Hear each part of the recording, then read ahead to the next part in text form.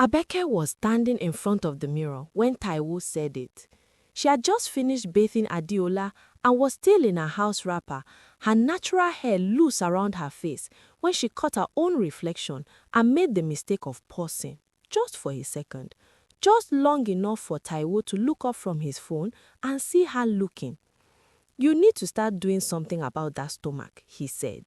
Not quietly, not gently, the way a man says something he has been thinking for a long time and has simply run out of patience to keep to himself. Abeke did not move. "I'm serious," he continued, sitting up on the bed. "Adeola is 8 months old. 8 months, Abeke. How long are you going to use the baby as an excuse?"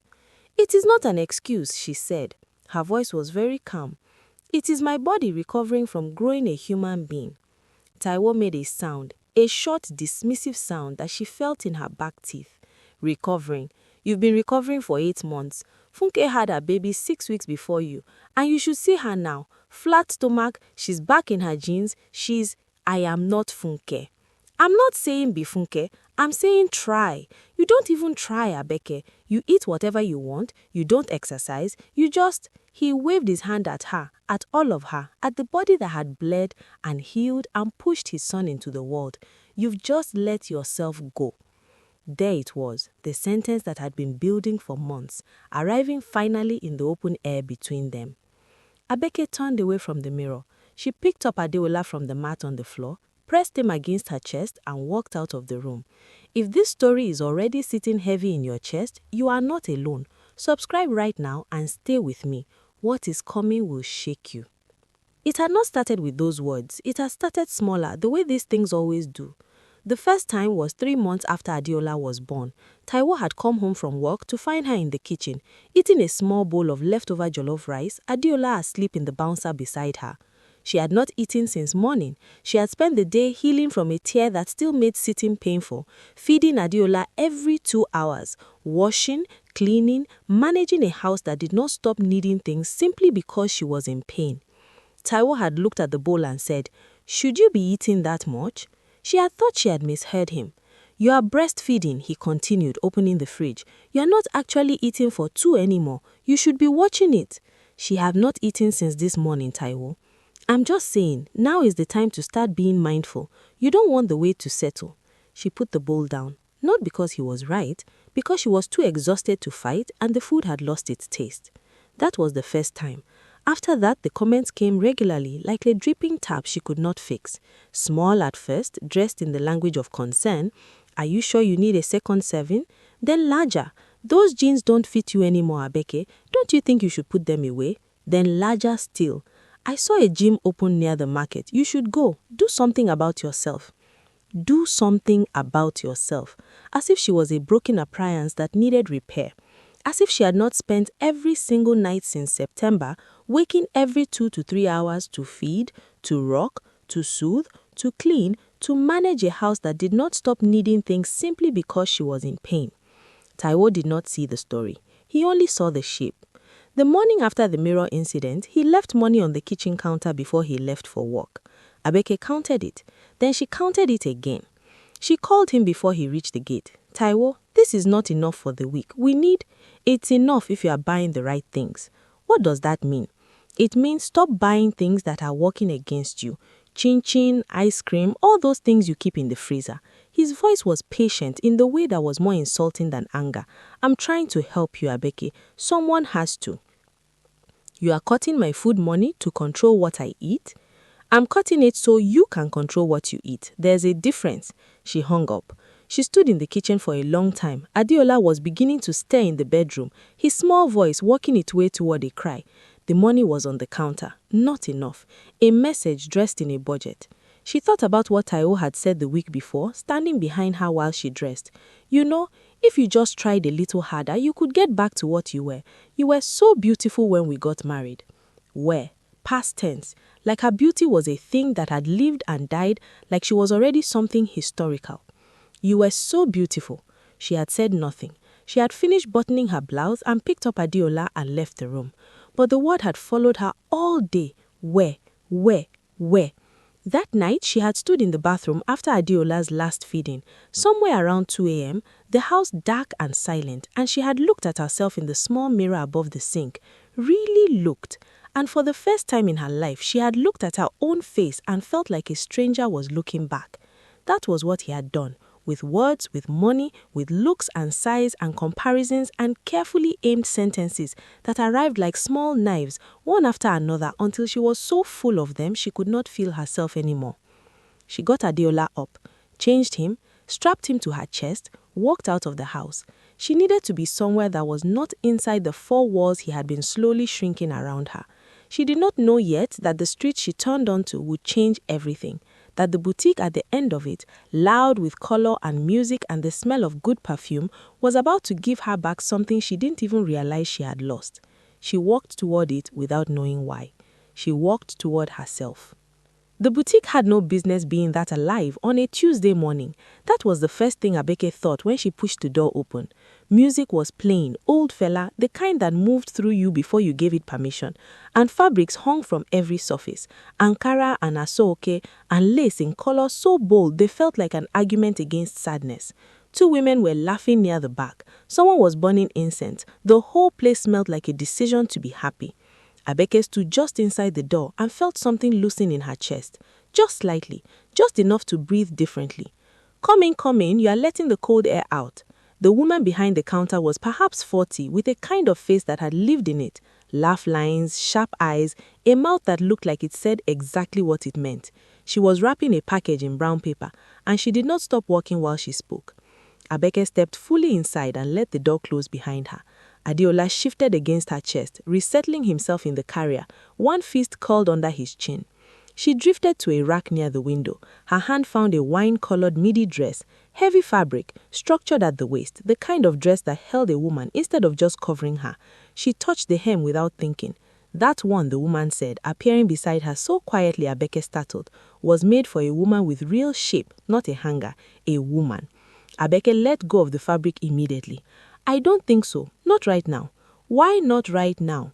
The question was so direct it caught her off guard. She looked up. The woman was watching her with an expression that was not pity and not curiosity, but something closer to recognition. She opened her mouth, closed it. To her absolute horror, she felt her eyes fill. She looked away fast, blinking, pressing her lips together, furious at herself. Hey, the woman's voice was gentler now. Come, let me make you tea. Her name was Sade. She had owned the boutique for 11 years. She made the tea strong and sweet with ginger. And she did not ask questions while she made it, which was exactly right, because Abeke needed a moment to collect herself before she could speak. They sat behind a curtain of hanging fabric on two low chairs. Adeola slept on. The music from the front of the shop filtered through softly. His name is Taiwo, Abeke said. She was not sure she started there, but it was where everything started. My husband, he is not a monster. I want to say that first. Okay, Sade said. But he has been saying things to me since Adeola was born. About my body. She exhaled. At first it was small things, little comments. Should you be eating that? Are you sure you need a second serving? And I told myself he was just concerned, that he loved me and wanted me healthy. I looked down at my tea. But it has not stayed small. Sade was quiet, listening the way people listen when they have no intention of interrupting. Last night, he stood behind me at the mirror and told me I had let myself go. He told me I were beautiful. Past tense, like beauty is something I used to have before I ruined myself by having his child. Her voice cracked on the last word. She steadied it. He cut my food money this morning so I would stop eating things that are, his words, working against me. Sade set her mug down. He is controlling what you eat, not a question. I said he is helping me. Abeke. Sade said her name like she had known her for years. A man who cuts your food money to manage your body size is not helping you. He is punishing you for having a body he does not approve of. Those are not the same thing. Abeke stared at her. You grew a baby. You pushed him out of your body. You healed. You are still healing. You are feeding him, waking for him, holding an entire household together. And the man who is supposed to be your partner is standing behind you at the mirror, making you feel like a problem that needs to be solved. He paused. That is not love. It is control wearing love's clothing. The words landed somewhere deep in Abeke's chest and did not leave. She thought about all the nights she had eaten less than she needed because his voice was louder than her hunger.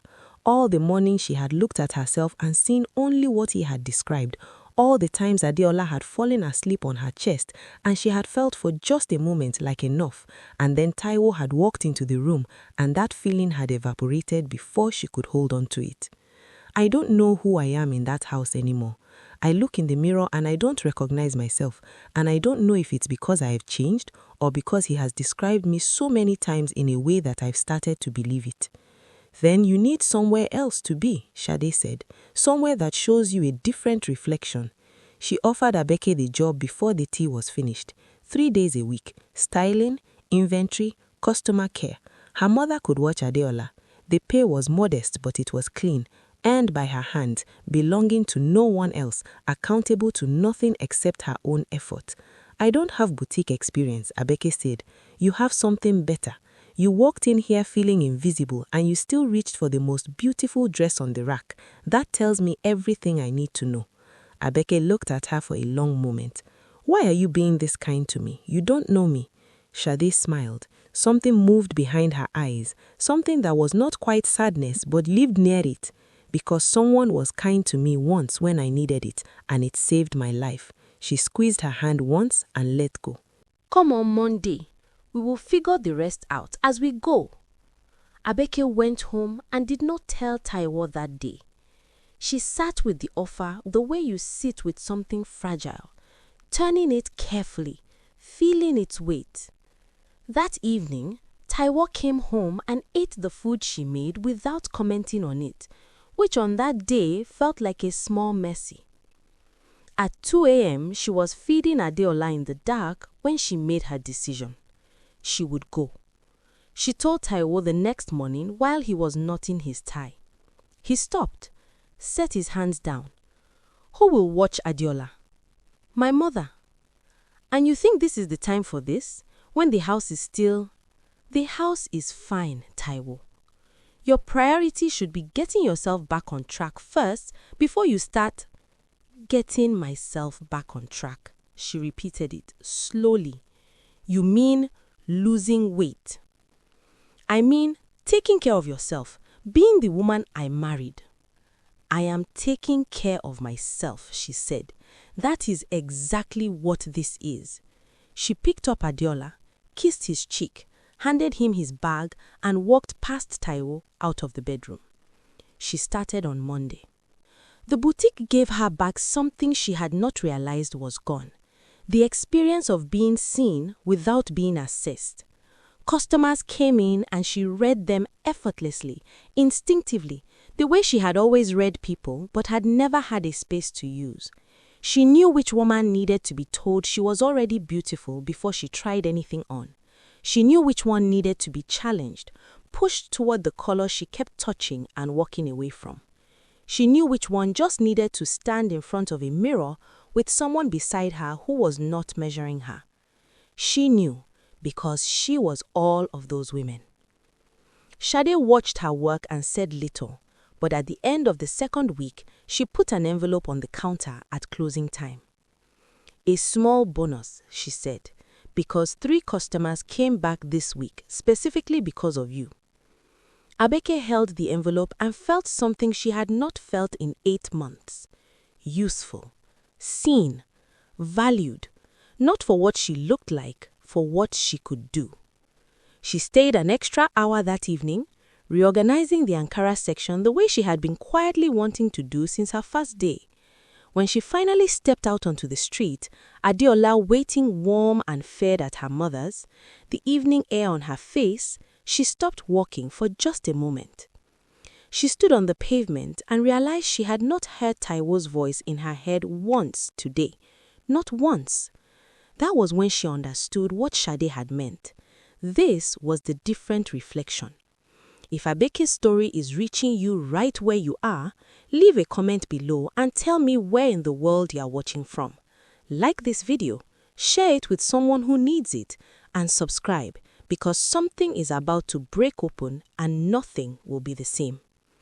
It was a Tuesday when Abeke first noticed the phone. Taiwo had always been careless with it the way people are careless with things they have nothing to hide. Left it on the kitchen counter, on the bathroom shelf, face up on the dining table while he ate. She had never had reason to look at it, and he had never had reason to hide it. But that Tuesday evening, she walked into the parlor and he flipped it face down before she had fully entered the room. A reflex, quick and unconscious, the kind of movement that betrays itself precisely because it is so fast. She said nothing. She went to check on Adeola, but she noted it. The days that followed arranged themselves into a pattern she recognized without wanting to. Earlier mornings, before she was fully awake, before she could ask where he was going. Later evenings with his eyes somewhere she could not follow. His cologne sometimes when he came home late, too fresh for a man who had simply been at work. She collected these things quietly, the way she collected everything. She did not confront, she watched. Because she had learned in 8 months of managing a household alone while her husband managed his disappointment in her body, how to read a room without letting the room know she was reading it. It was Sade's laugh that told her everything. They were closing the boutique on a Thursday, the street outside loud with evening generators and suya smoke drifting from the corner.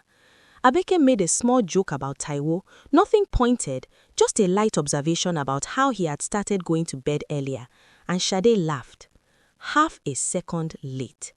Just half a second, but she heard it the way you hear a wrong note in a song you know by heart.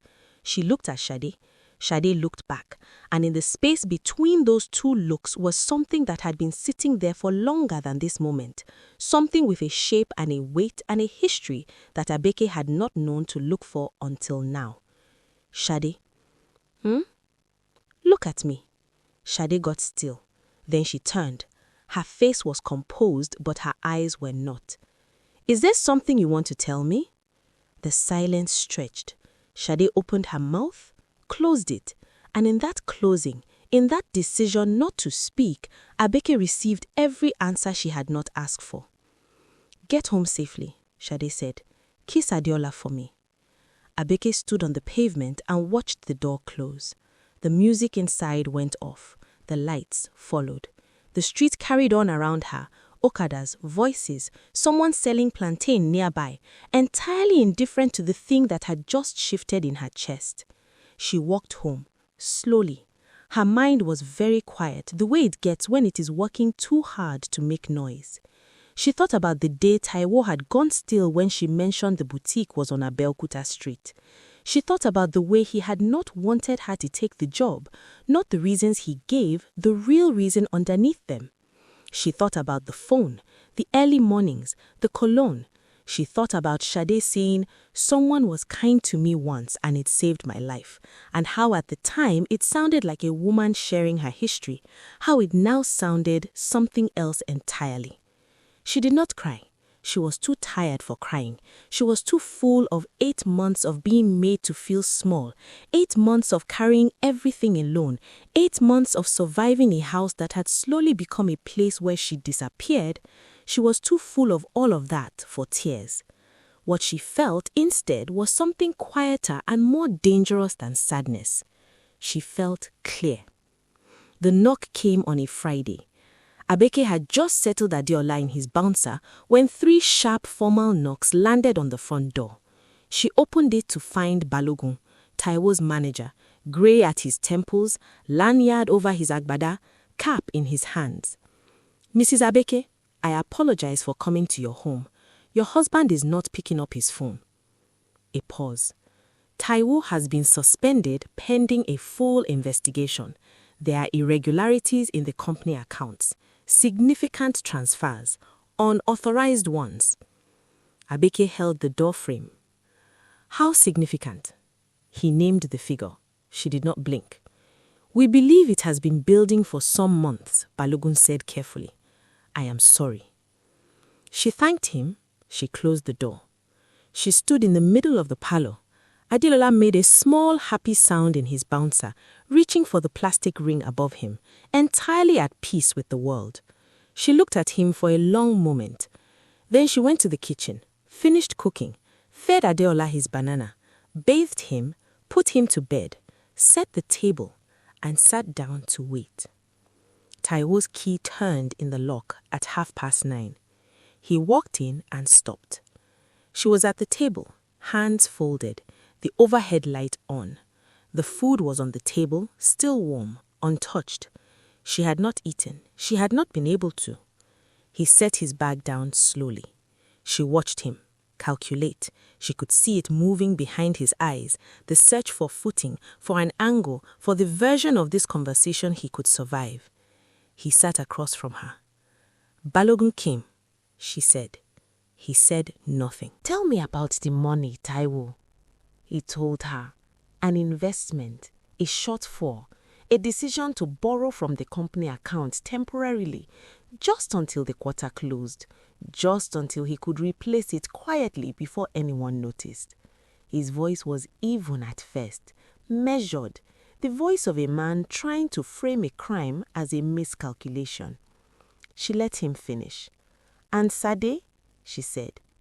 The room went completely silent.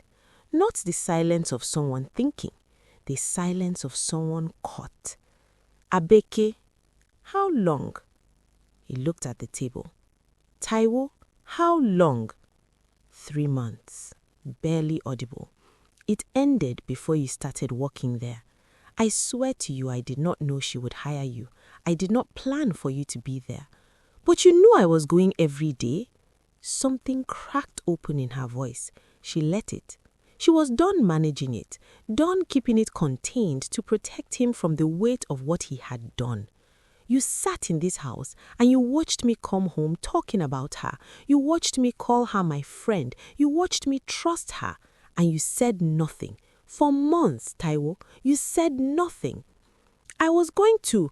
You told me I had let myself go. Her voice broke on the last word and she did not stop it. You stood behind me at that mirror and you looked at this body, the body that grew your son, that bled for him, that has not slept a full night since he was born, and you made me feel like something broken. You cut my food money, you compared me to other women, you made me feel ugly in my own skin. She was crying now, not the quiet kind, the kind that comes from somewhere ancient and long compressed. And you were the one who was broken. You were the one who was failing this family while I held every piece of it in my 2 hands.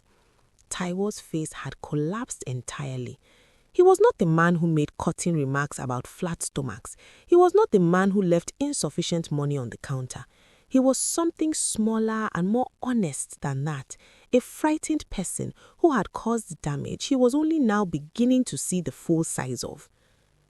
I was afraid, he said. The words came out wrecked.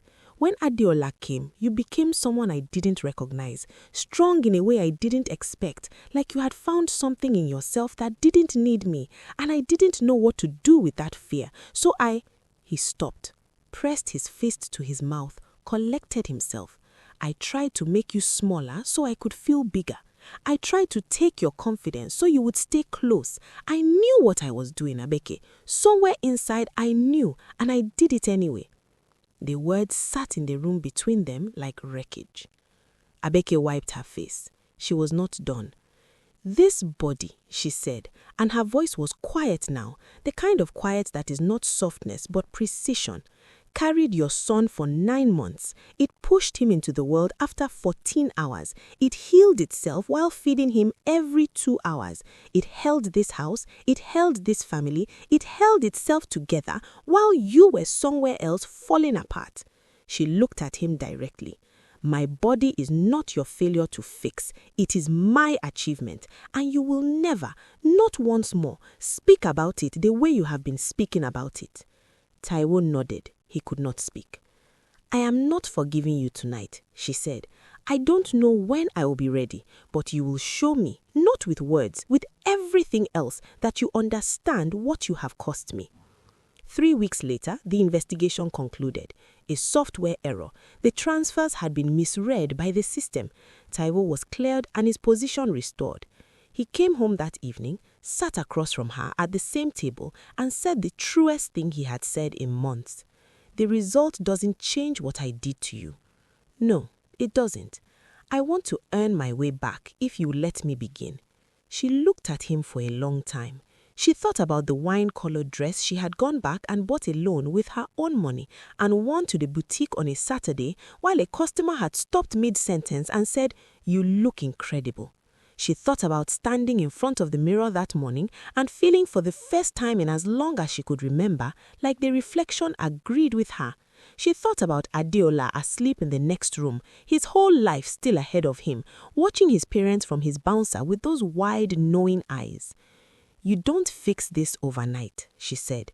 "You don't fix it with flowers or speeches. You fix it by being different, consistently, for as long as it takes." "I understand."